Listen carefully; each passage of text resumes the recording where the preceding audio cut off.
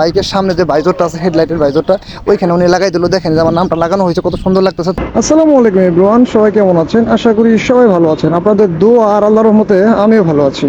আজকে আমি যাচ্ছি কালিয়াকৈর। আর কালিয়াকৈর যাওয়ার উদ্দেশ্য হচ্ছে আমার বাইকের একটু মডিফাই করব। মডিফাইয়ের মধ্যে হচ্ছে যে আমার বাইকের উপরে আমার নাম, মানে আমার এবং আমার ফেসবুকের নামটা আমি এখানে লিখে নিয়ে আসবো। আমার ফেসবুক এবং ইউটিউবের নামটা গাড়িতে লেখার কারণটা হচ্ছে, আমি এদিকে ওদিকে যখন ভিডিও শ্যুট করতে যাই কিংবা কোথাও ঘুরতে যাই, তখন অনেকে এসে জিজ্ঞেস করে, ভাই আপনার চ্যানেলের নাম কি, আপনার পেজের নাম কি? তখন আমাকে তাদেরকে বলতে হয়।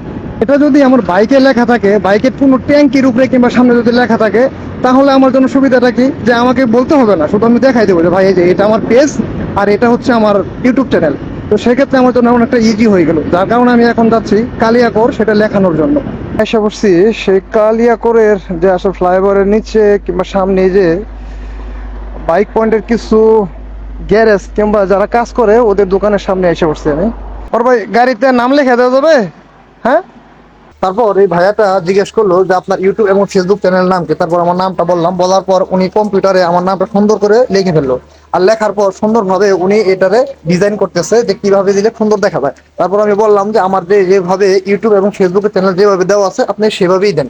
আপনারা এখানে আসলে পেয়ে যাবেন ভালো মানের হেলমেট এবং বাইকে যত স্প্রে কিংবা যে কোনো অ্যাক্সেসরিজ এই মডিফাই করার জন্য যত কিছু লাগে সব কিছু আপনারা এখানে আসলে পাই যাবেন। আর এখানে এই ভাইয়াটার দোকানের নামটা হচ্ছে আলামিন মোটরস। তারপর আমার সামনে থাকে ভাইটা আমার নামগুলো এবং ফেসবুক এবং ইউটিউবের যেভাবে নাম দেওয়া আছে সুন্দর ওইভাবে উনি কম্পিউটার থেকে প্রিন্ট করে বের করে ফেললো। এখন শুধু লাগানোর পালা। তো আমরা এখন এখান থেকে যাবো লাগাইতে। তারপর উনি আমার বললো যে না, এখানে একটু কাজ বাকি আছে, যে কাজটা হচ্ছে আমার এখানে ইউটিউব এবং ফেসবুকের লোগোগুলো তৈরি করতে হবে। তারপর উনি ইউটিউব এবং ফেসবুকের লোগোগুলো তৈরি করলো এবং ফেসবুকের লোগোগুলো সুন্দরভাবে কাটিং করতেছে যেন দেখতে অনেকটা সুন্দর লাগে।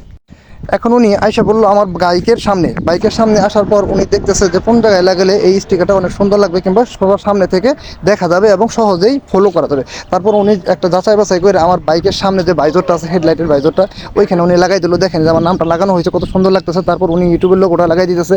ইউটিউবের লোগোটা লাগানোর পর এই দৃশ্যটা অনেকটা আর বেশি সুন্দর হয়ে গেল। এবার আমার লাগানোর পর ফেসবুকের লোগোটা, তো এই পাশে আইসা পরে উনি বলতেছে যে ওইটাও যদি ওই পাশে দিই, এটা এই পাশে দিলে আরো বেশি সুন্দর হবে। তারপর উনি এই পাশে ফেসবুকটা দিয়ে দিল এবং ফেসবুকের লোগোটা লাগাই দিল। ফেসবুকের লোগোটা লাগানোর পর দেখেন যে নামটা কত সুন্দর লাগতেছে। যদি আপনারা বাইকের মাঝখানে এমন নাম লেখাইতে চান তাহলে আপনারা আইসা পড়বেন কালিয়াকৈর ফ্লাইওভারের সামনে আলামিন মোটরস। কত রাখলেন ভাইয়া? 300, দুই নামে 150 আর 50। ওই ট্যাঙ্কির স্ক্রু কি? হ্যাঁ, ট্যাঙ্কির প্যাট 100। হ্যাঁ, 100। আর নাম দুইটা 150 আর 250 আর 50। ওকে। আপনাদের নাম কি? ইয়ার নাম কি? আলামিন মোটরস। তো আমার নামের নামই তো দেখা যায়। আপনার নাম কি আলামিন? তাহলে সাইফুল। ও আচ্ছা আচ্ছা আচ্ছা আচ্ছা আচ্ছা, ঠিক আছে ভাই। হ্যাঁ, আসি তাহলে।